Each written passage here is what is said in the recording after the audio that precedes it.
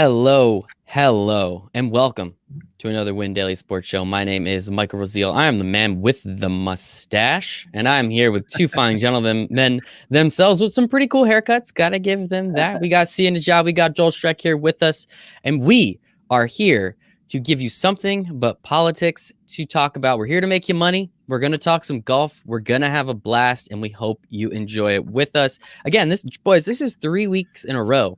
We ruined the World Series twice, and now I don't know if anyone's going to know who wins president. I mean, it's going to be really confusing. But Sia, how you doing tonight, man? Yeah, so what you can do while you're watching our show, and sorry for distracting you from this election that people care so much about, but you can just go on the internet and toggle back and forth between our live stream and whatever media outlet. So you don't have to watch anything on the news. So we're good. No, just stay here. I'll keep you up to date on everything. Definitely will keep you up to date on everything. You got nothing to worry about there. Joel, how you doing tonight, buddy? Yeah, listen, I've been watching some of the election coverage today. It is really boring. Like, yeah, we want to know who wins and we'll follow it, but you can't possibly be entertained watching that. So exactly. Stay here, stay entertained. We'll find out who wins by the end of the night, but no reason to watch each second how many votes come in. Who cares? Exactly. At that point, I mean, what the heck is good that's going to come from it? S-Guy already here. Cashed 2 or 3 lineups on DK last week. Appreciate the hell out of you. What do you got, Sia, before we start? Well, I was just going to say, I saw S-Guy chiming in here, which is great. Love to have people listen and comment, especially S-Guy, who's very active in the chat. But yes, the important thing is not just that we're entertaining, because, God, we're so entertaining, right? It's that you can win money, too. So here's S-Guy coming in saying he cashed 2 out of 3 lineups in DK last week, which, by the way, is kind of remarkable because I got to be honest, the way the wind was howling last week, like it tore up a lot of my lineups. Like, last week was probably, normally a bad week is kind of like breaking even for me. But last week, I think I actually, I'm trying to think of like the NFL and because it's all kind of grouped together, but I'm pretty sure I lost a few bucks.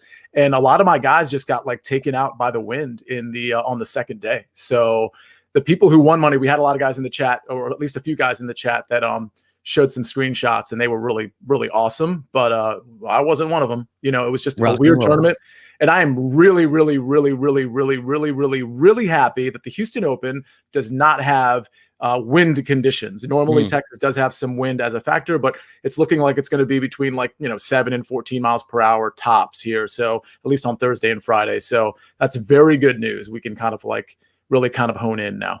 Yeah, and maybe we'll know who won president by then. I don't know. We'll see. Hopefully it's Sia. I know I wrote him in my ballot. Thank you. And technically I'm running for president now because you did that for me. That's how it works. I usually vote for Nicolas Cage. This year I decided to vote for you, Sia. I think you can run the country. You're a lawyer. You're a doctor. I mean, what else do we need? Sincerely, it's insane. Nope, leave it there. Couple things. We got to get a few things, a little housekeeping. One, windailysports.com/chat. 7 free days in the chat. Win Daily Sports Betting membership. We have been absolutely crushing college football and NFL. So make sure to come hang out with us. We got a daily capper. He knows what he's doing. Just tail us. Put in a couple fun bets on your own because everybody loves betting the over every once in a while, right? I definitely lost some money on that this weekend, but I didn't lose a lot of money on the bets where we have house capper Steve give us the bets. So just pay attention to what he's doing. And of course, the Sports Gold membership. Come hang out with us. If you really want, we have a Win Daily Sports NFL season pass. But you get everything on the site. It's NFL season pass. I don't know. Somebody's a marketing guy, not me, I guess. And we decided on NFL season pass, but it's for the entire site. So you get everything through the Super Bowl season pass. Make sure to check it out. So, Joel, did I ask you how you were doing tonight? I don't remember.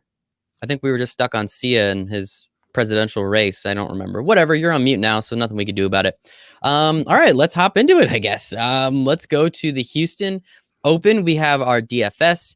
We have our betting. We're going to have some fun. No politics, but don't worry. I'll keep you informed. No, I won't, but I'll definitely keep you informed. So you need to know what you need to know. Joel, I guess I haven't really talked to you too much. And I'm not going to lie. I didn't put you in vice president. Now that I'm thinking, it would have just made sense. So I apologize for that. But Joel, what are you looking for at the Houston Open this week coming up? So you might not love what I'm looking for, but I'm just going to hit you with some truth. So this week is, for all intents and purposes, for me, and my recommendation for everyone, is really just an appetizer for next week, right? So if you guys listen to us every week, right, I always say you got to play every week to prepare you. Like, if you're not playing every week, you're going to be behind. You got to know how guys are doing. And I'm a big fan of the tournaments, right? There's certain tournaments I target. There's tournaments that I like that I want to go after. There's tournaments that, like, If they don't interest me, I'm not going to invest too much money in them because it's not worth losing money unless I know it's something that I like. The tournaments this week aren't great. Obviously, I can't not play. That's just addiction is real. I'm going to play. That can't not happen. But I'm not going to put in my normal amount this week. This is my primer. This is us getting ready. This is the preseason because next week is where we're going to be hitting a home run, right? Next week's the Masters. Next week is where it all boils down to. We want to get no injuries this week. We want to be healthy as we can be going into Masters week where we all make a killing. So keep that in mind for this week. My whole mentality is be as prepared as I can this week. Start the wheels in motion because next week I'm going to become a millionaire. Keep that mind sharp. I really like that, Joel. I really like that a lot. Sia, what are you looking forward to with the Houston Open? As Joel said, with the Masters right around the corner. Yeah, I mean, I don't really look at it the way Joel does, but I totally understand it. I mean, just purely if you think about the tournaments that are being offered this week versus what will be offered next week, I mean, it's a whole different ball game. You can really get creative with your buy-ins and tournaments and things of that nature. But no, I mean, I treat this like any other one. I mean, to be honest with you, the lesser the field from a talent standpoint, the more interested I am in actually trying to put in lineups and make money. And I think part of the reason there is because when you have all of the elite golfers in the field, it's really hard to separate, the top tier guys. And I don't mean just like the 5 most expensive. I mean like the top 15 guys. I mean, there's just not a lot of separation there. But when you have a tournament like this, where you've got like 4 or 5 or 6 guys that are like elite, I can just kind of rule out a few and take some chances on a couple and then really get into the guys I really like. And you'll notice, like, if you look at my write-up on WinDailySports.com, there's a lot of guys I like in that like low 8K range, in the 7K range. So to me, that's where you can get an advantage. It's not necessarily at the top. It's sort of in that middle range. And I think in a tournament like this, the middle range has some guys that can pop. That can pop. What do you got? I want to comment on that quickly. So C is 100% right in what he's saying. Is that these smaller fields like this, there's definitely ways where you can get more intricate and be a little bit more strategic on how you target this field. Though I think one of the reasons why this field is, and listen, it's still Tuesday. A lot can change by the time Thursday rolls around. But I think one of the reasons why, for me, I'm a little pumping the brakes on this field also is because it's one of those courses that there's basically no course history.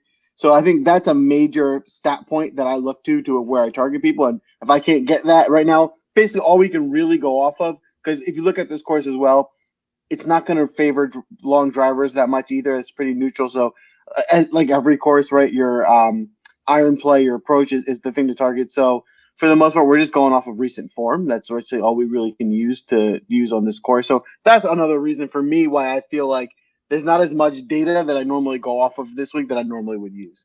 I like it. And let's jump in right before we do. We have some sad news, gentlemen. So everyone, please bow your head in a moment of silence. Harry Higgs has taken himself out of the Houston Open. It is very disappointing. I think we're going to cope, but if we all could just moment of silence for, we actually kept calling him Henry last week.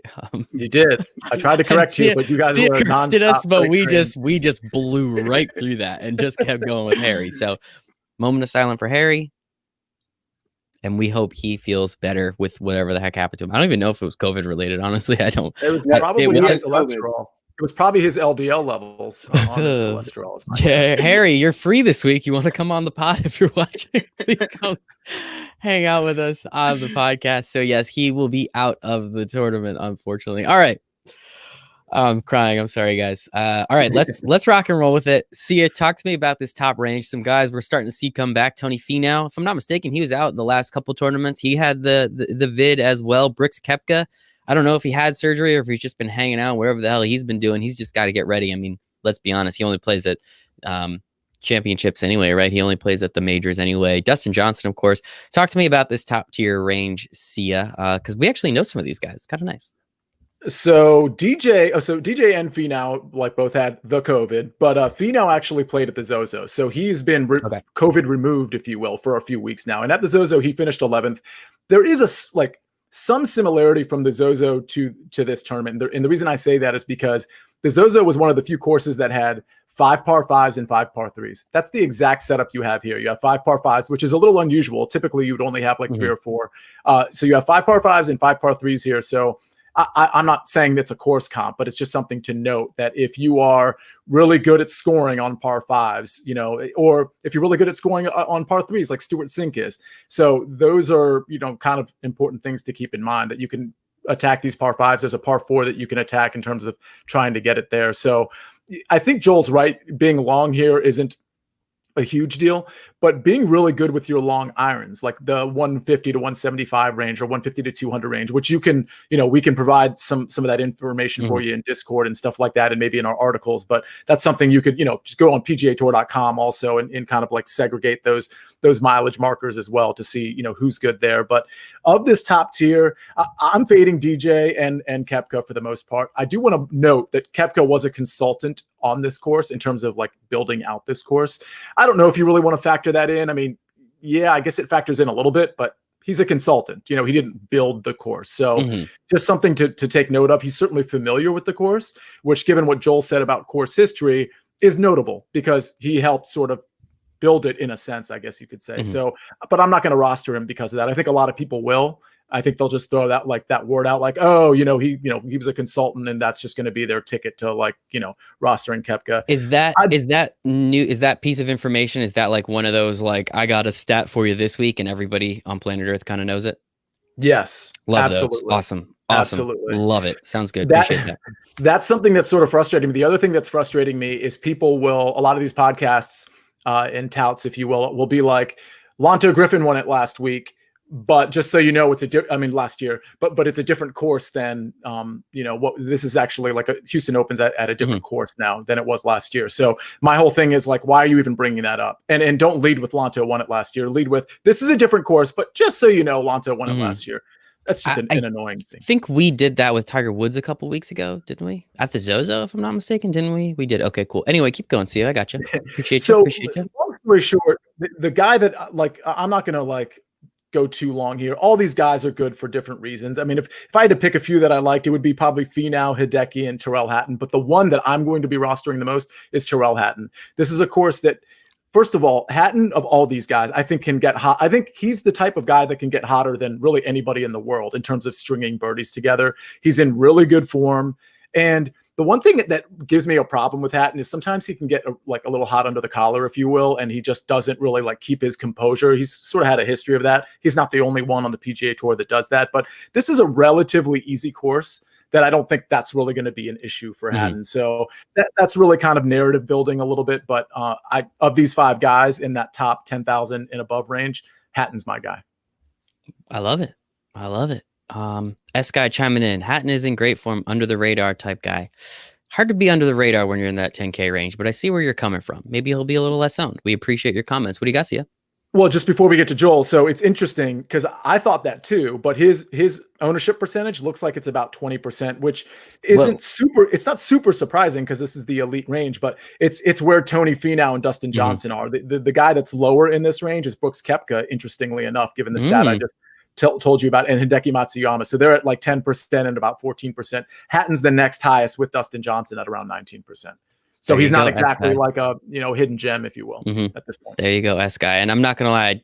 Do we remember S-Guy's name? I want to say it's like John, maybe Joe. I can't remember. I'm sorry, dude. Tell me again in the chat. We would appreciate it. Joel, at Draftmaster Flex, talk to me a little bit. What do you got in this top tier? Yeah, so I think for me this week, I'm taking a little bit of a different approach. I think I'm going to be a little bit more. It's Joe, by the way. Yeah, I was going to say Joe. In fairness, gonna forget it. Can't wait for next week. I was, this is a field that I would typically would be a little bit more stars and scrubs by the look of things, but I just don't love the scrubs this week. So I do like the stars. So I'm going to try and fit someone, one or two top guys wherever I can, but I'm going to try to avoid the super low as much as I can because I do think there's a middle area that you want to be targeting. So that's kind of my mindset approaching this. Like I said before, there's not a course history to golf. The last time a tournament was played here was in the 60s. So the only guy that's actually played there before is Phil.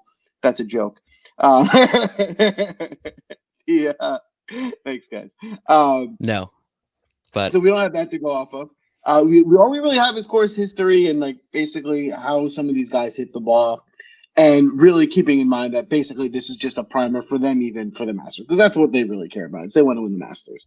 So no one's writing home about winning at the Houston Open. They're writing home about winning at the Masters and getting their green jacket. So with that being said, I think an interesting thing to think about is Cup, because he did help create the course. So it's got to help for something, right? He's got to have a little bit more intricate detail on the course than other guys. Like, everyone's going to be on the same disadvantage, and that no one's going to be super familiar with this course unless you're from Texas, maybe. So this hasn't been played that much, or at least he's going to have that extra familiarity these other guys don't have. As we all know, Koepka really saves himself or tries harder or whatever it is at big events, and this isn't one of them. But I think at a really low ownership, that could be an interesting way for you to get different for a guy that basically helped create the course, and you can get low ownership and a really elite golfer. I do like that. My favorite play this week, actually, if I had to take one to win the tournament, it would be Tyrrell Hatton. So I'm fully with you on that one, Sia. One of the things I'll be looking into if we were to use data on our picks is approach shots. So, like we said, off the tee won't be the most important stat this week. And Tyrrell Hatton, I had the stat memorized. I might be mixing up the two, but I saw he was top 10 in approach shots between like 120 and 150. And he's like first in 175 to 200, which are probably the most likely shots that will be on this course with par fives and the length. So for those reasons, his game actually really suits well for this course. And like you said, this guy's a guy that can get hot, he can get birdies in bunches. He is definitely capable of pulling out an eagle here or there. So this could be a spot for him to really excel. In this range, the guys that I'll mention that I'll be on my radar are Hatton. I like Koepka as a tournament ownership play. Like if he's low and we know he built the course. That's great. And I like Finau. Finau's just been so consistent recently. I mean, I think he's a good way to fit him into your lineups. The problem with Finau and with Johnson is just they're so expensive that they really kind of have to win the tournament to pay off. So, I don't think you can play both of them because it's just too hard to build a lineup playing both of them. So you pick one, and then if they win, they'll cash. But if you're going to be playing a lot of lineups, just know if you're playing them, they pretty much have to win for them to be worth their salary. It's going to be an interesting one. Just one thing, a couple things of note on Brooks Koepka. We all know he is a very big fan favorite. He's played once since August. We're in November, so he played once last month at Shadow Creek, the CJ Cup. Did all right, tied 28th, nothing too crazy. And then his betting odds, while he is the third most expensive, he is tied for the third. He's actually tied for fourth best odds at plus 2,200 with someone like Scotty Scheffler, who is actually an entire $1,000 cheaper here on DraftKings. Again, just something to note. Don't take that into take it into account. Do what you want with that information, but there's a reason the odds are what they are. And as we talk about pretty much every week now, it's something to look at. If there is a tiebreaker or whatever reason, or you have a couple less dollars and you're looking to do things, make sure to pay attention to that stuff. It's not the end all be all, but something like that I think is pretty important to check out. Sia, you looked like you were going to say something. No, I agree. I actually think that's a really good example of looking at pricing versus odds. This guy right here. All right, let's rock and roll. Joel, talk to me a little bit about this 9K range. It's nice. We got some guys that we like. Mr. Hovland, Scotty Scheffler, Henley, Sungjae, Adam Scott. Talk to me. Who do you like? What do you love? So again, I think the interesting thing about this range is there's actually a couple guys in here that I like who I'm going to talk through, but I don't see a big difference between this range and the 8,000 range. So, that doesn't mean fade it. I just think, you can, mix and match. I wouldn't go over heavy just because I think you can get a lot of similar valued guys a little bit cheaper in the 8,000 range. So in this grade, who I like the most is Hovland. Reason for that is, and I know Sia loves Hovland too, I'm sure he'll mention, but he's been really consistent. I think even more so than I think at first glance you would notice. He's showing up every week. I think where his weaknesses are things that are typically what we target. Right? He's not the best putter, so listen, if his putter gets hot for a weekend, he can win a tournament. That's the type of stuff that we're okay with. His ball striking has been very elite. And actually, to be honest with you, he's been scoring and playing really well, and his ball striking averages are a little bit lower than are typically him. So you're expecting a little bit of positive regression. And if that all comes together on one weekend, this could be the one where he wins. A guy like Hovland, there's no real statistics by this, but a guy like Hovland is a guy that I can see winning this tournament. I just kind of feel like he's a little young and raw still to kind of win in the Masters. So this feels like a good spot for him to show up, get his spot in. I think next week, he might not even be allowed to play in the Masters next week. I actually have to look at No, that. I think he's in I the don't think he's Masters invited. field. Oh, he is in. Okay. I think did he see is, there's two guys that are surprises that aren't invited to the Masters. So that are like normally like very up there guys. I'll look into it. I'll get back to you guys. But yeah. So for that reason, I like Hovland this week. I think Scheffler, as we all know, like he got super hot. He got COVID. Things cooled off. He's starting to come back around. So for that reason, I like him. Don't love him, I think, but I think, if he's in his purest, like hitting the ball well form, he's one of the best golfers in the world. He can win any tournament. So if he's getting there and if he's starting to strike the ball, the way we know he can, then this would be a good bounce back spot for him. Also, double check.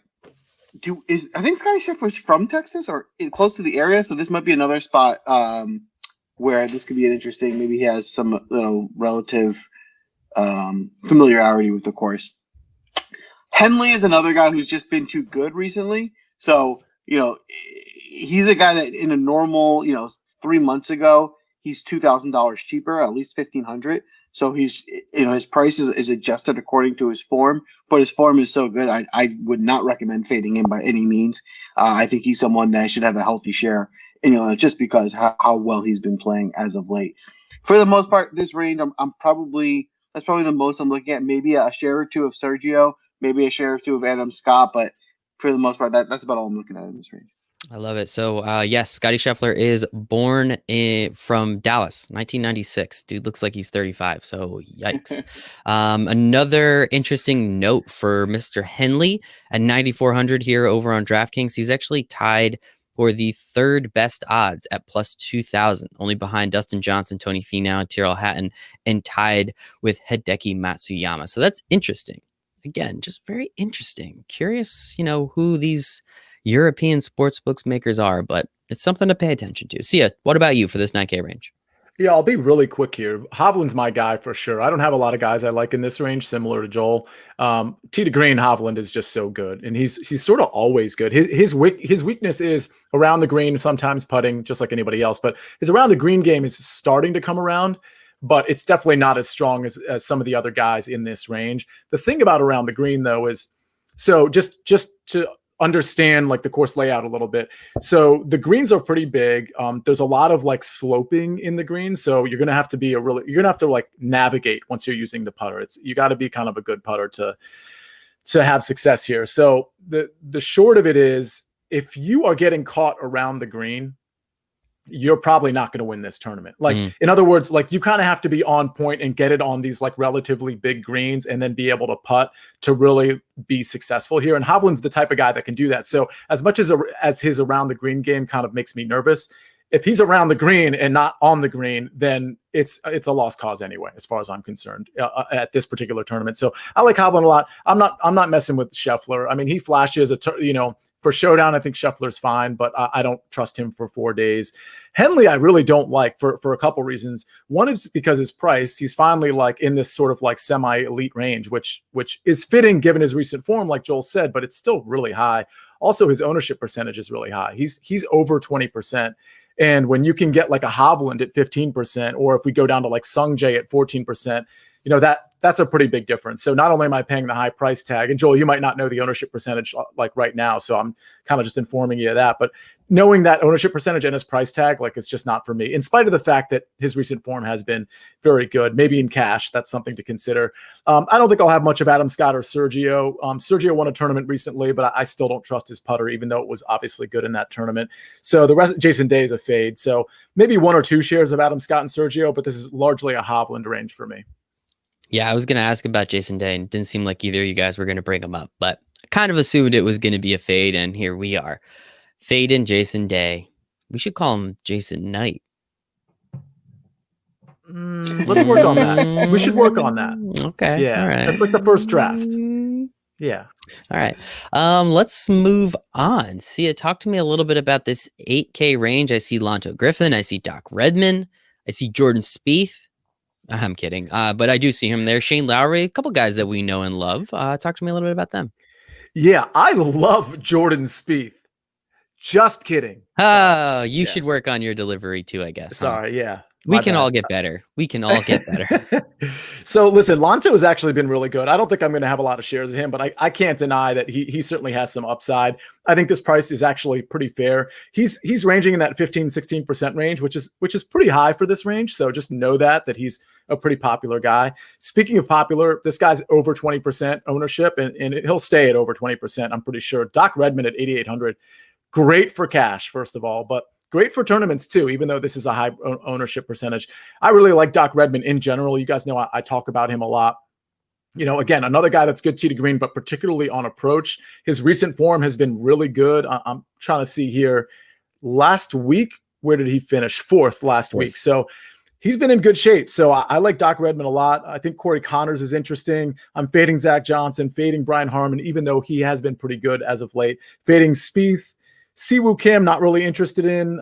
Good ball striker. Just you got to fade some people, so not interested there. Or Lowry. But at the bottom of this 8K range, I did mention this at the top of the show. Bottom, top. You see what I'm doing here?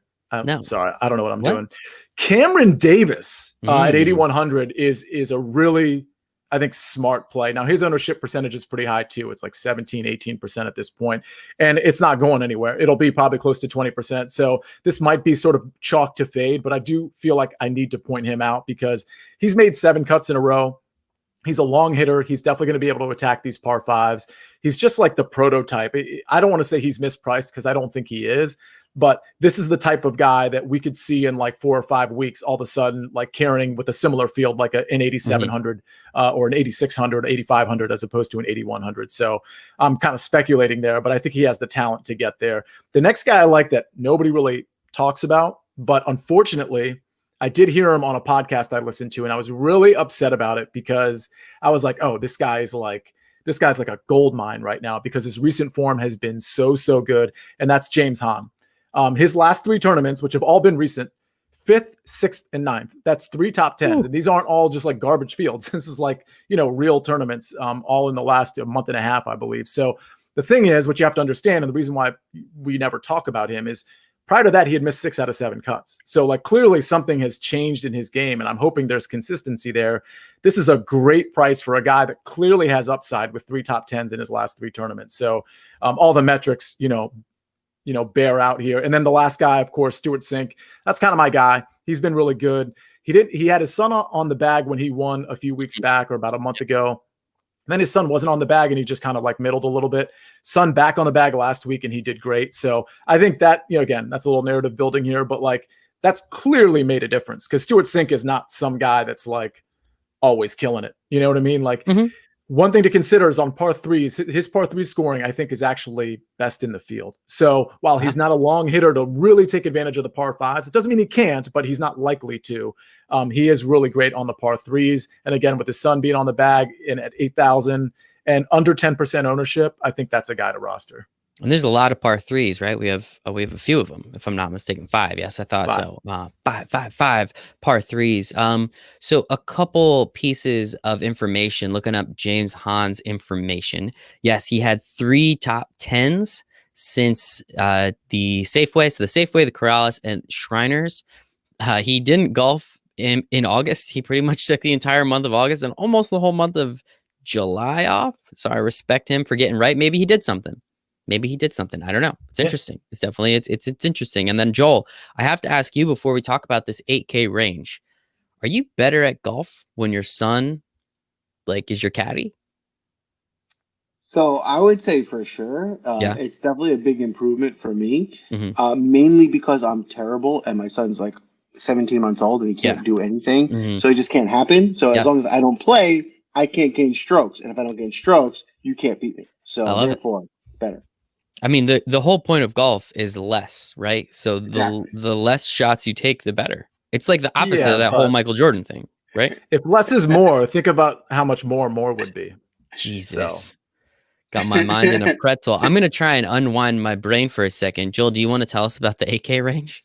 Yeah. So this range, and what's interesting about the build of this tournament is the 10,000 range, the 9,000 range, and the 8,000 range just all feel a bit smaller in terms of volume than kind of normal weeks to me. So there's just less options. So there's really it makes it easier for you to narrow down your player pool. Who are your guys? Who are your targets? So even in this 8,000 range, it's a smaller field, and there's a few guys in here that are easy fades for me. There's just kind of no reason to target. So it kind of narrows down who I do like and who I want to go after. First guy I want to mention is Lanto Griffin. So for context, Lanto's a guy who is normally never on my radar. I'm not a guy that plays him. But he's just been too consistent. He's come in week in, week out. He didn't play at the Bermuda, but he got tied for 11th at the Zozo, tied for 7th at the CG Cup. He didn't make the cut at the Shriners, and then those of the recent tournaments he's played, he's been doing really well, and that's his thing is consistency. Like he has less of the top 10s and just a lot of top 30s. So he's always making cuts and getting you there. So he's a good kind of lineup builder because he usually is in a lineup that can get you points. Definitely a cash option. Maybe not as high as a GPP, but definitely a guy that should be on your radar this week. I like Doc this week. Doc is coming off a tied for 4th. His recent form, he didn't play the week before at the Zozo or the CJ Cup. So his recent form just really isn't there because he only has that one tournament, but he did get a tied for 4th, and he's normally one of the best ball strikers, so definitely not someone to fade. I generally think Corey Connors is a little bit overrated. It's not a guy that I like to target. He could be interesting at low ownership here at this price, but probably won't be someone I'll be looking too much for. Zach Johnson's interesting. He's typically a guy I fully don't target, but when he has played recently, he's done really well. He hasn't played the last few tournaments, but he played the Shriners, tied for 19th, he had a tied for 23rd. I think he's another one of those guys that's probably more likely, definitely a strong cash play. He'll probably make the cut, get you a top 30. Win the tournament. I don't know, so maybe I wouldn't have him as highly owned in GPPs. Harman, I probably won't be playing too much of. I like Spieth. I think what's interesting about Spieth is this: his price came up, which is a little bit less attractive, but the difference with his game is that he does score well. So Spieth finishing in 30th place in DK points could be better than the average guy finishing in 20th. So I think that's what you have to look at with Spieth, especially on a course that has 5 par 5s and 5 par 3s. He can use that to kind of boost his scoring even more. So I'm looking at Spieth because it's a DK scoring player, and this is a course where he can really score well. I don't think he's going to win the tournament. I don't think he's going to get top 10, but I do think he can get the points, which is what we'll need to cash in DFS. So that's what I'm looking at in this range. The last guy, actually, I will mention is Siwoo Kim, and I will mention Cameron Davis too. So I'm going getting through the whole gamut here. I was going to say, wasn't that pretty much just everybody at this point? That's pretty much everybody. I can't hold back. So Siwoo Kim is a guy that, like we always mention, is in that category of gets hot, is streaky. He's with your Ryan Palmers, your Domins, your Denny Ann. So he can do that for you. He's definitely one of those guys. You play a lower amount, but if you're building 10 lineups, put him in 1 or 2 because he can come through and definitely get you a top 5 this week. And statistically, how he strikes the ball this week for Cameron Davis is not going to be it's not like a course fit for him. But he's another one of those guys that, he can kill the ball. He'll have a few eagle opportunities here. He's one of the longest drivers on the course. And his form is good in that, he has a tied for 6th in the last, 5 tournaments he's played. He hasn't played all that much, but this is a place where I think, let's see where the ownership is on Thursday. If it's low, he's a good spot to get different as well. I love it. Guys, remember when Jordan Spieth was good? That was so cool. No. And now, it was a couple years ago, but outside of him, it was a few years ago. It was a couple years ago. And then he did that thing. He did that thing at the Masters, and everyone's like, "What are you doing?" And then he pretty much got drunk and then had to put a green jacket on someone else. It was pretty awkward, honestly. It's pretty uncomfortable. But hey, here we are. Now he's kind of just some throw-in that we talk about every once in a while. Kind of sad. So yeah, that is the entire 8K range. It looks like Joel is going to be on everyone. So good luck fitting them all into your lineups, guys. Good luck on that. Also, of course, Sia already has his article out, so make sure to check that out on windailysports.com. He's a little bit more concise. May I say that, Joel? Is that an okay word to use? He's a little bit more deliberate with his picks. No, I'm kidding, of course. Joel wins a lot of money, so who the hell am I to say? Sia already has his article out. We're going to have another article out by Antonio. Make sure to hop into the Discord chat, windailysports.com/chat. 7 free days in the expert chat, where then Joel is going to give us some showdown plays. Everybody likes those. We also talk betting in there too. So why not? 7 free days in the expert chat. not that big a deal. Might as well enjoy it. Joel, talk to me. How about this? You can't tell me everybody in the 7K range. Give me your favorite 15 guys. How does that sound? All right, listen. Can't narrow down to 15, but I'm narrowed down to just 30. 30. Okay. I All promise. right. No more That's than... fine. That's fine. I'm totally good. So the 7K range, in fairness to me, is actually a range that I'm targeting heavily. So I won't make everyone fall asleep, and we will figure out who the next president is before I'm done kind of going through the 7K range. I promise you that. But for here, I think who I am targeting, I do like Denny McCarthy. I think this is a really good spot for him. I think he easily could have been in the high 8, so I think we're getting a discount in this field. He has a tied for 4th last week. His recent form is really good. At the Sanderson, he had tied for 6th. So he's one of those guys that can easily get hot. And for GPPs, he's definitely someone I'd want to put in my mix. I also like Alex Noren. I mentioned him a lot. His form has been pretty good as of late. He gets tied for 17th with the Zozo. He hasn't played all that much.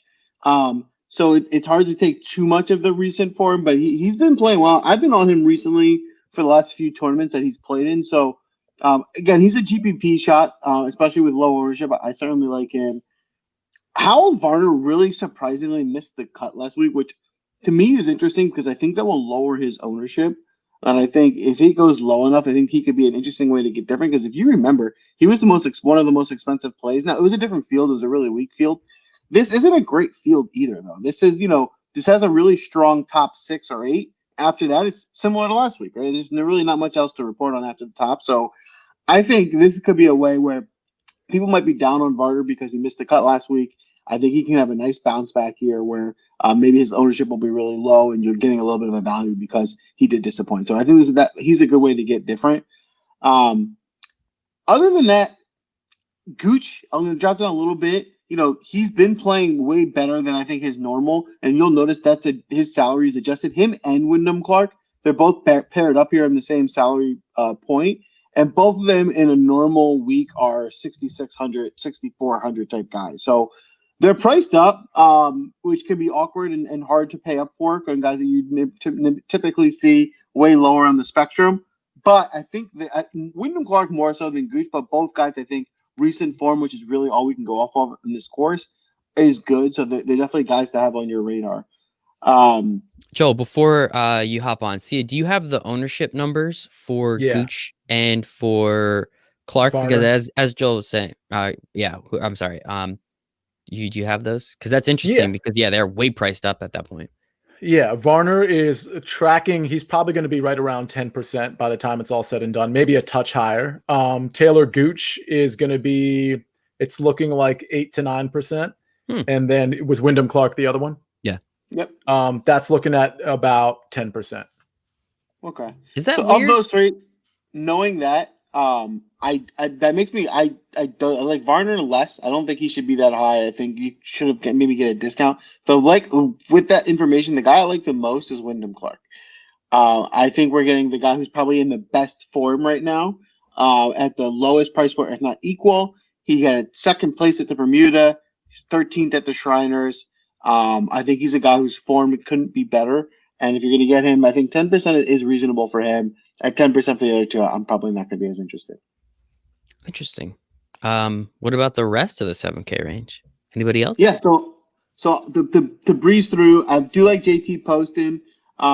He's been coming around. He was one of those guys that early in the season was probably at 8,000 to 9,000 range golfer. He was really playing great. He got really cold. He was pretty bad for a while. And that really dropped him off. And now he seems to be getting back into form. He's put together a few good tournaments more as of lately. So he's a little bit in between. Like he's not as good as he was earlier in the year, but he's definitely playing better. And for a guy trending up, I think this could be an interesting spot for him. And then from there, you'll start noticing these names. I think starting at 7,500 down, these are the guys that you're starting to get to that like, this is these guys are normally a little bit cheaper than this, but this is kind of still a lighter weight tournament. So you're kind of filling in from here. So of these guys that we have here, I don't love most of them, but the guys that I might target are Ventura. I mentioned him. I've been mentioning him a lot. He missed the cut again last week, but when he does play, he gets really high when he puts it together. So I think he's a nice play for GPPs. Martin Laird won the Shriners just a couple of weeks ago. He hasn't played since, but obviously winning your last tournament put you in pretty good form. Good spot. Russell Knox it could be an interesting play. Matt Jones tied for fourth last week, striking the ball well. And then the last guy here in this range that I'm going to mention is Scott Piercy. As Piercy, obviously I would have mentioned Higgs, but unfortunately he got COVID, man. So we got to skip him. But Piercy has been playing well, and it's not just the last tournament. Tied for 14th, tied for 19th. I actually do think he's just a bit underrated. You know, he's a guy when he is 6,500. He's one of my stars and scrubs that I target. So he's not technically a scrub here as he's in the 7,000 range, but this could be a nice spot for him. I love it. And yeah, man, Henry Higgs, it's just so sad. Just miss that guy so much already. It's only been a week too. It's so sad. Sia, talk to me a little bit about this, the 7K range. Joel did a pretty good job, but I think he honestly left you most of the guys. So you can talk about pretty much anyone you want at this point. A handful of guys here. I agree. Denny McCarthy is probably underpriced here. So you're definitely getting value at 7,900 on DraftKings. His ownership is high. So you're getting into the area in the 7K range where you really got to beware of bad chalk. There's plenty of bad chalk in the 7K range, but the way Denny McCarthy has been playing, so he was fourth last week. I think he's got like 3 top 10s in his last 10 tournaments, which is pretty good for a guy in this range. And by the way, I think he's made 9 out of 10 cuts. So you're getting into like Adam Schenk territory in terms of like a cut maker, a guy that's pretty consistent on them, but with upside. Because Schenk, as we talked about last week, he can't seem to find the top 20, yet he makes the cut every time. Well, Denny McCarthy is a completely different story, and he's a really good putter. And while we normally see regression with the putter, because that just seems like the natural state of things, especially with the putter, Denny McCarthy doesn't really seem to fade there. If you look at his strokes gained in the last, let's say, 10 tournaments, there might have been 1 or 2 tournaments where he actually lost strokes, or he was like right at that kind of 0 line. Almost every other tournament, he's like gaining 4 strokes, gaining 2.5 strokes, gaining 5. Like, it's crazy. So on greens like this, with you have like the undulating greens and the slopish greens, like you want a guy who's not just good at putting, but knows he's good at putting. Like maybe like a Mackenzie Hughes, who always seems to be like really good with his short game and his putter. I'm not necessarily on Mackenzie Hughes, but he's a good example because he's not really great tee to green, but he somehow finds a way to get the ball in the hole from 40 feet out. So I really like Denny McCarthy. So I normally would say this is kind of bad chalk, but I think this is good chalk here. Harold Varner, I don't mind the ownership percentage too much. I wasn't on him last week at all. I haven't been on him for a couple months, but I actually think I might jump back on now that he's missed the cut. This is the type of course he could win. And like we talked about Hovland like 20 minutes ago, this is the type of tournament that you could see like an HV3 taking down. You know what I mean? Like where like some of the other guys are prepping for the Masters and trying to get in good form. All of a sudden HV3 sneaks in there and, wins a tournament or, top 5. So I wasn't on him in my write-up, so I'm not going to have a lot of shares of him, but I will have a couple shares because his long iron game is really good. Like he actually fits the mold for this course. Let's see. Streelman I'm normally on, but I don't think I'm going to have shares of him. The other guys, before I get to the guys I like, example of bad chalk, Sam Burns, who is a course fit, 7,500, pretty decent price, I guess, in spite of the volatility he always has, 16% ownership. So he must be getting talked about on a lot of podcasts because that's a ridiculous, like the other guys, if we're just looking at the other guys like that are like above and below him, 7%, 1%, 6%, 2%, 5%, 6%, 4.5%, 8%. So like all of a sudden Sam Burns is triple some of those guys. So that is to me, the definition of bad chalk. Now, of course, we can run this clip back when he wins the tournament. It's like, oh, was it really? But yeah, I am not going to be on Sam Burns. I think that's a flat out bad play considering the ownership percentage. The only other guys that I even want to mention, I do want to mention Adam Schenk. He's made 10 or 11 cuts in a row. So while I normally would suggest, hey, this is kind of a conservative play because he makes the cut, but can't seem to find the top 20 or even the top 25, I can't ignore the fact that he's making the cut over half the field, if not more than half the field, 10, 11 tournaments in a row. So I got to think there's some upside somewhere with this guy making that many cuts in a row. So I'll have him rostered. He's tracking at about 10%, which is pretty high. Kind of makes sense. Luke List is only at 5%. I don't have him in my write-up. I don't love his recent form, but he is a course fit, and at 5%, he certainly makes sense. The only other guy in the 7K range that I'll even mention is Sepp Straka. Not in my write-up, but a guy that I think can probably take advantage of the par fives, and his recent form is pretty good. So that rounds out the 7K range for me. Couple guys that I thought we were going to hear. Mr. Tringal. I didn't hear you guys say his name. Henrik Norlander. I didn't hear him. Yeah, Norlander I'm not on, but I'm actually I skipped over Tringali. So the thing about him is I don't think he's a great course fit here. I was heavy on him last week. I thought he was better for last week's course. But with that said, I will have him on some rosters because remember the rule we talked about a week or two ago. If a guy like Taylor Gooch screwed me like 3 weeks ago and then he was awesome the next week. If a guy screws you and you love him 1 week, have some shares of him the next week because that just might have been a 1 week outlier in your original impression of how his recent form has been or his course fit has been. You know, it's a different course, mind you, but I'm glad you brought Tringali up because I absolutely he burned me really bad last week. I had him honestly, I was like so overweight on him, it was ridiculous. It was more of a hunch than anything, to be honest with you. But I will have some shares of Tringali, so I'm glad you brought it up. The Hunchback of Notre Dame, I think, right? That was a movie. No. Yeah, it was definitely a movie. Yeah, the Hunchback of Sia. Sia's a hunchback. Sia has a bad haircut. All right, Joel, talk to me a little bit about the 6K range. I'm sorry, Sia, I didn't mean that. I was frustrated. You're not laughing at my jokes. What do you want me to do at this point, Joel? Talk to me a little bit about. Have to be funny. Michael, that was too far. You didn't have to I'm sorry. I take it back. Your hair is fantastic. It's not as cool as Joel's hair, new haircut that he's had for like 3 weeks now, but still, I do apologize. There, I said it. I'm the big man. I'm the big man now. Look at that. That's our 7K range. Joel, talk to me. We'll let Sia do 6K range last because we got a secret weapon that we're not going to give you, but we're going to have to talk about. But still got to roster some of these dudes in the 6K range. So who you looking at this week, Joel? Yeah, so when I get to this range, I'm gonna try and go to the upper echelon, right, the 6,500 up. I think there's a few guys there that I like. When you start getting below 6,500 here, there's very little I like. So I'm as much as I can, I'm going to try to avoid below 6,500. So at the top of this range, the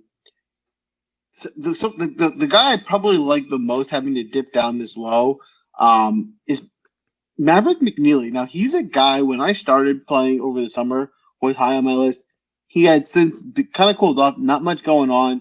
Now looking at him, he's got a tied for 21 in his last time out, tied for 17th back at Sanderson 4 weeks ago. He missed the cut at the Shriners, but for the most part, that's pretty consistent, good recent form for a guy at this price point.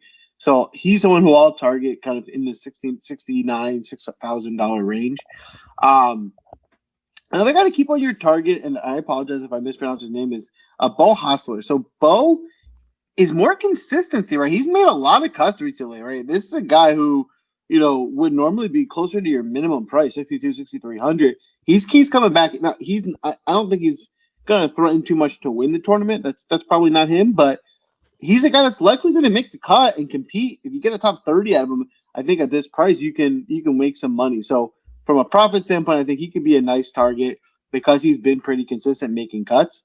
Probably actually him or over McNally. My favorite play in the 6,000 range is Scott Stallings. Scott Stallings, I think, is just not getting the respect he deserves. I think he's a little bit better than this. I mean, it's consistent. This is how they always price him. They're not doing anything different. I just think he deserves to be a little bit higher. Now, listen, he's not a $9,000 golfer, but 7,500, 7,700, something like that, I think would be right for him. So I think we're getting a bit of a discount on Scott. At Bermuda, tied for 26th.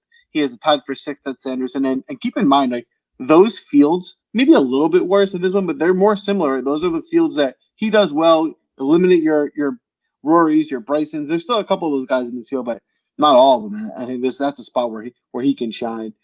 Going down off of that, I'll mention if you guys, I really don't love this range. There's not too many guys I'm going to be too heavy on, but the guys that I'll mention are Rory Sabatini. So Sabatini hasn't been playing all that much, which I think is why his price is down here. Because I think in a normal course, especially when that's lightweight, he'd be much higher price. So I think it's just we haven't seen him as often, so maybe he's forgotten about. But I think we're just getting a discount. And when he has gone out there on his last few outings, his recent form has been pretty good. So I see no reason to go away from him. He's tied for 12th at Sanderson, which was also a weaker field. So I think he's just a better golfer than the price is giving him credit for. Austin Cook as well. I'll mention Mark Hubbard.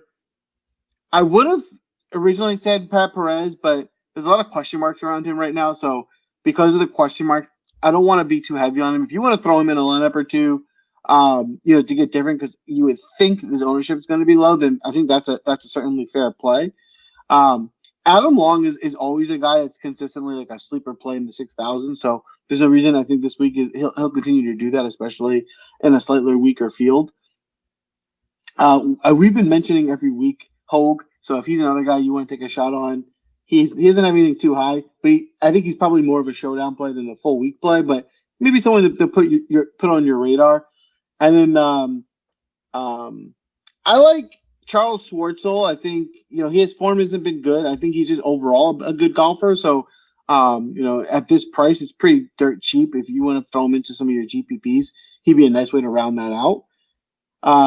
If you guys remember, and I know he took in a while off. You guys remember Francisco Molinari? I just saw him. I just saw that, and I was like, well, where's this guy been? Turns out he's had one event since the restart. It's crazy. He's only played once. He was really low priced then. I remember we saw him then, and I was like, do I play him? Like, he hasn't really done much, and now it's kind of the same. He didn't do great in the last event, but if you recall, he was awesome like a few years ago. So he has the potential to do really well. There's no form right now that says so, but if you want to be different and throw him in a lineup during GPPs, I think that's completely fair. If you want to take a shot on a Brian Gay or as Sia likes to make fun of me for, a Ryan R. Moore, they both did really well last week. So I think, there's guys that recent form you can target at a really low price. But for the most part, yeah, I would if you can, I would try and avoid getting this low as much as you can and try and be high sixes at least up to the top. I like that. Sia, quick question on Molinari. Yes, last time I remember seeing him, he choked away the Masters. I don't remember what you guys last remember too.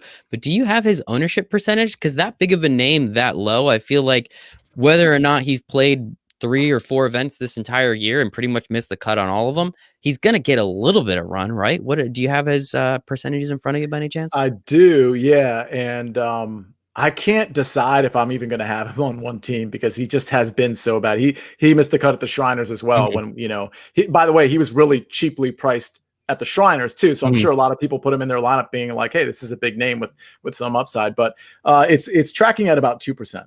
So it's pretty low. Yeah, that's whatever. You can put him in one lineup potentially. Because again, I mean, last time I remember seeing this guy, I was like, 2 Masters ago, and he choked the whole thing away. Or was that wasn't the last Masters, was it?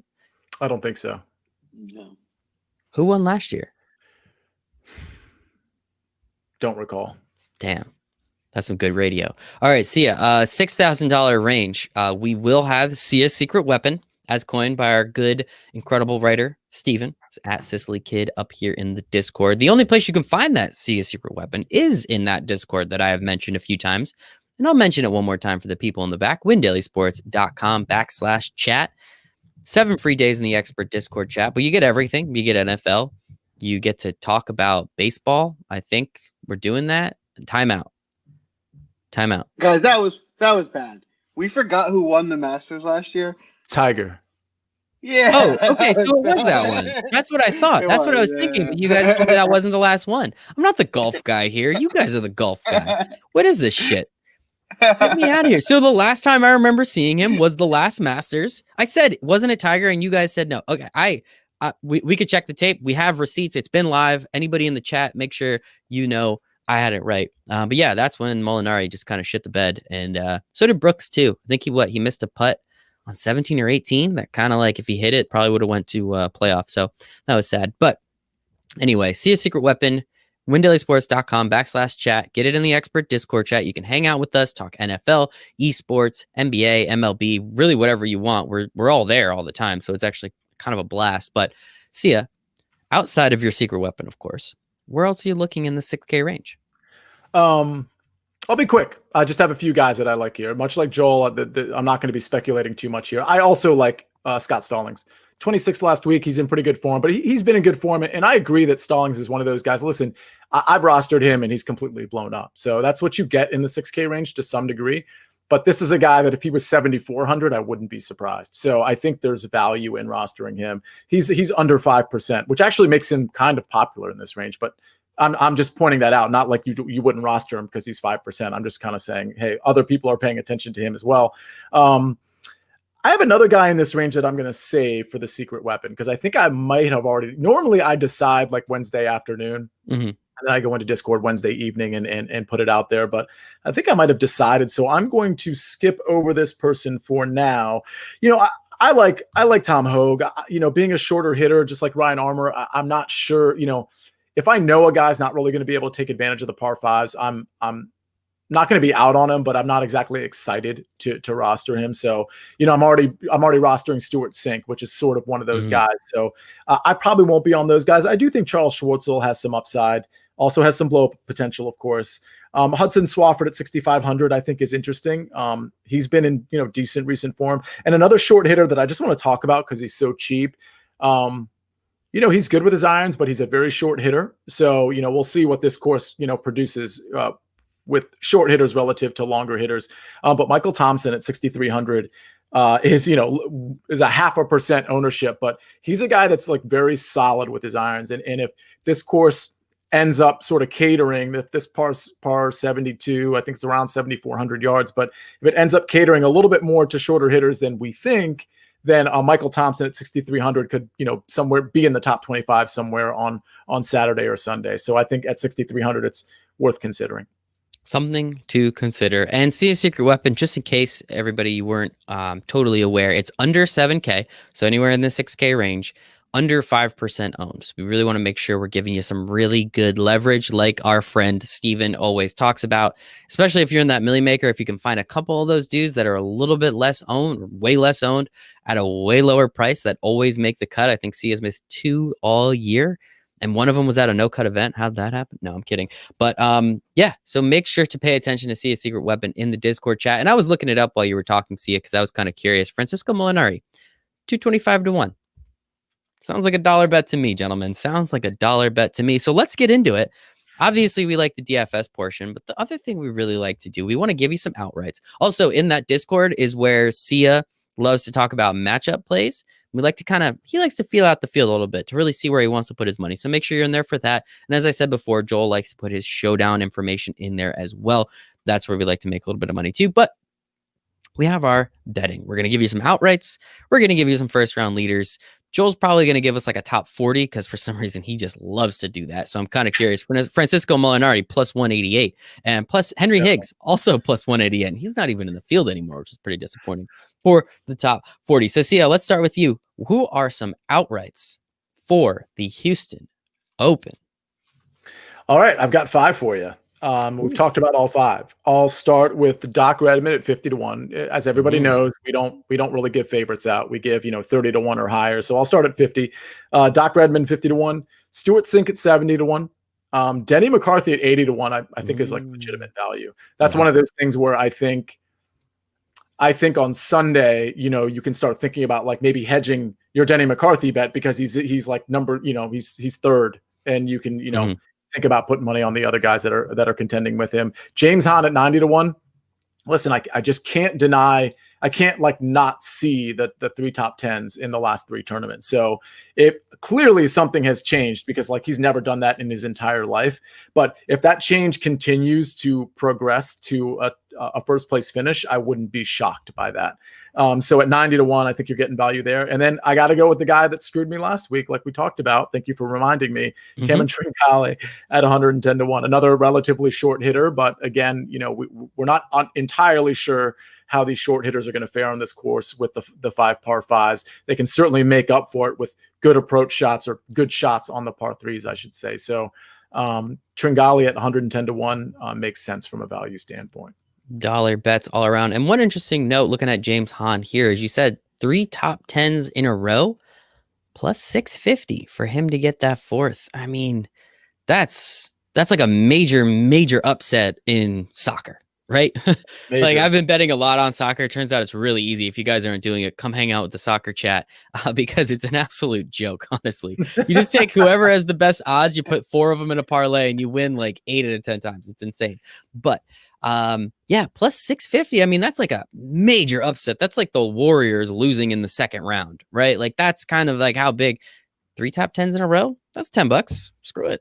Turn it into money. And I don't have the top 40 bet option that Joel talks about a decent amount, but top 20 most people have. So that would be I assume that's plus 325 or something. 300. So that would plus 300. Mm-hmm. So that would be another decent bet to make if you wanted to throw something on Han. I have to now. I'm obligated to look at his plus top 40. I can't find it. I'll find that though. I promise. I will absolutely get you that. It looks like it might actually be minus money, so no fun in that. All right, so let's talk outrights. Joel, who you got this week? Yeah, so my biggest advice this week, and same concept as I was saying for DFS, is two things. One, my advice this week is to play a little bit more conservative plays. So shorter odds, maybe it's top 20s, top 40s, to build your bankroll to hammer next week. Because next week is where all the action is, and that's where you want to be. So don't do a bunch of long shots this week, lose all your money, and then only have the same units to spend next week. Try and save units, build it up so that you can do double the units next week at the Masters, because that's where it's going to be more calculated too. Like, I don't even know. Like, we all know Brooks. Brooks is going to show up at the Masters. Who knows if he even shows up here? Like, that's the type of thing. It's hard to tell. So that's kind of my mentality on betting this week. With that being said, I am going to throw a few shekels out there and the guys that I will be targeting. My first thing, I think it's just a good value. I like Sabatini at 160 to 1 to win the tournament. I think he's just getting a little bit overlooked here. I think you're getting really good odds on a pretty good golfer. I like Matthew Naismith at a 150 to 1. He's a guy I like. His form had fallen off for a while, but it seems to be on the upswing. So if you're getting a guy on the upswing at 150 to 1, I think that could be a nice find and value add there. There was two more guys I'm going to mention, scrolling up to find their odds here. 1 second. Control F, and then you can type in their last name and find it much quicker. Wyndham Clark is 75 to 1. Like I said, his form is great. He's been playing really well. So he's a guy that I definitely want to target this week. I think at 75 to 1, you're getting pretty good odds. For him, it's a little worse than he normally would be. I think in a typical tournament, you probably get him at 100 to 150 to 1. But I think stars are aligning. The field's a little bit weaker. His form is really strong. If there is a spot where a guy like him comes through and wins, it's one like this. So even though, you're losing a bit of value on him, I think he is a good guy to potentially target.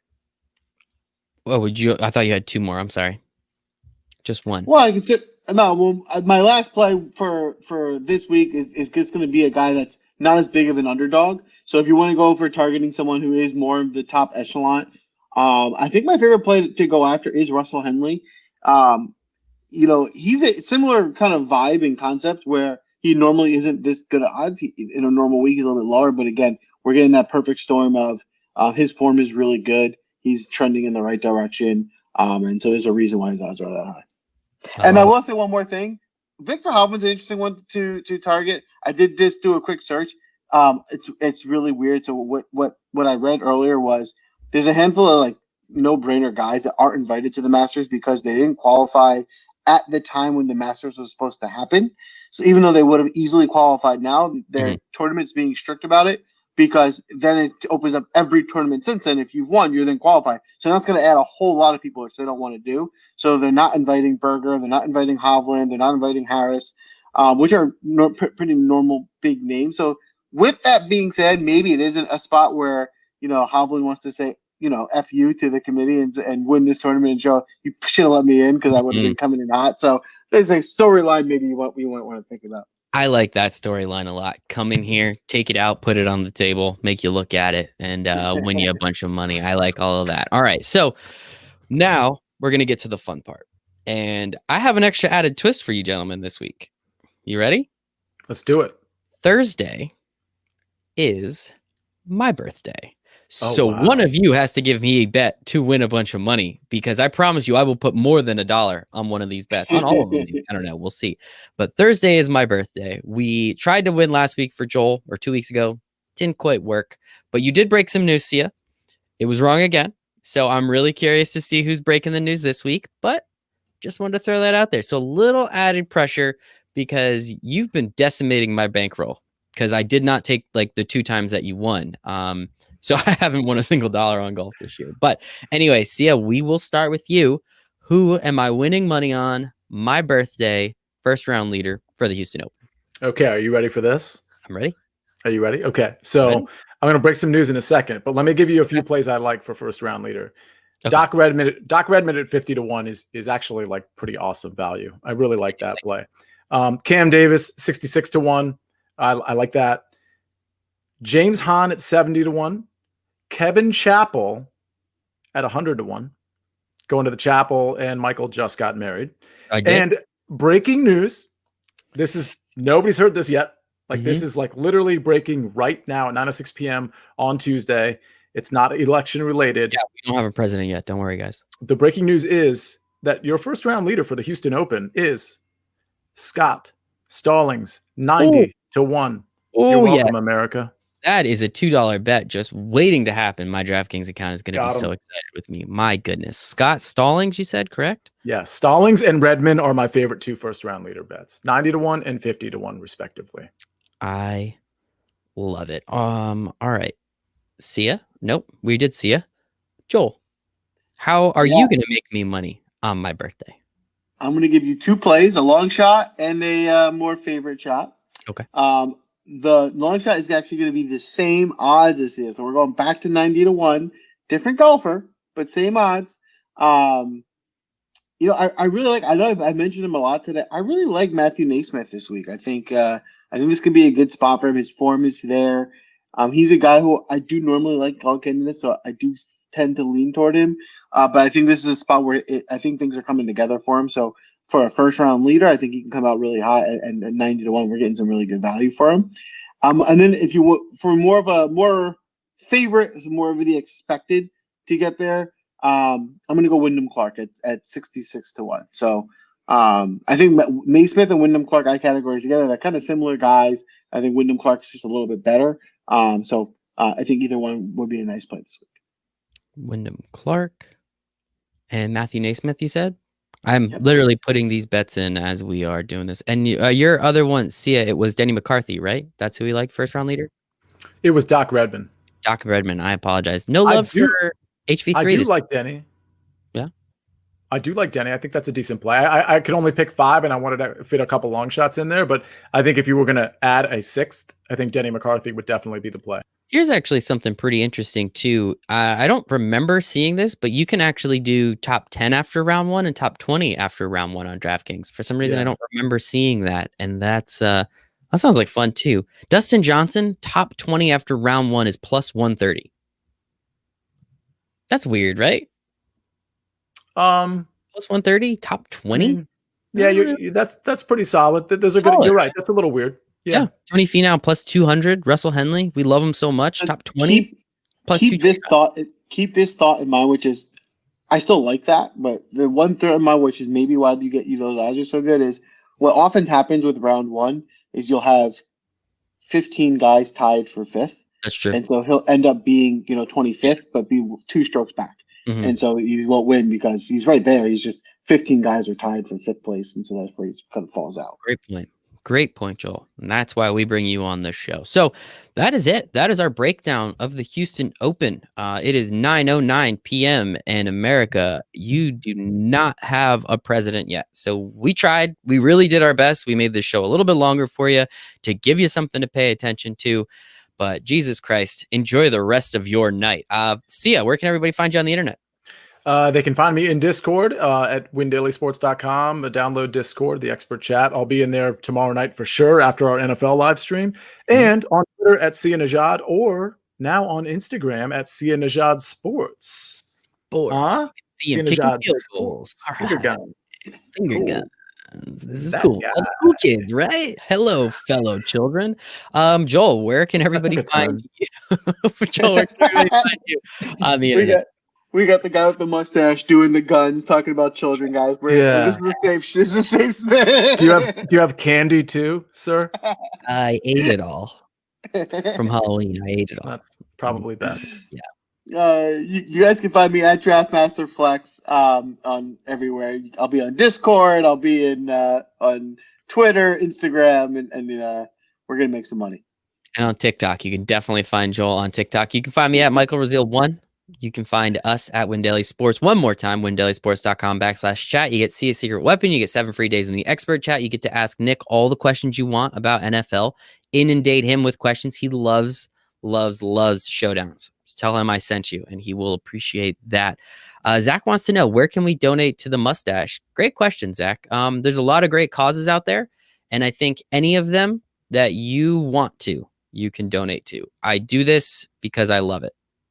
Does that make me a bad person that I kind of do it during November? I don't even understand the question. Perfect. Awesome. So it's a no. That's, I think, I'm still a good person. But yes, Zach, any prostate cancer awareness fund, foundation, whatever you feel like, there's a million of them out there. I don't know them all. If you have one that you like, make sure to go do that, because this mustache is pretty killer. For Sia, for Joel, for the Win Daily Sports family, we appreciate you all. Good luck on this wonderful, wonderful Tuesday. I think it's the election. I don't know. We'll find out. Probably won't find out who our president is till next Tuesday, and we'll probably break the news then, right, Sia? So yeah, for the rest of the Win Daily Sports family, we love you all, and we hope you make it a very profitable Houston Open.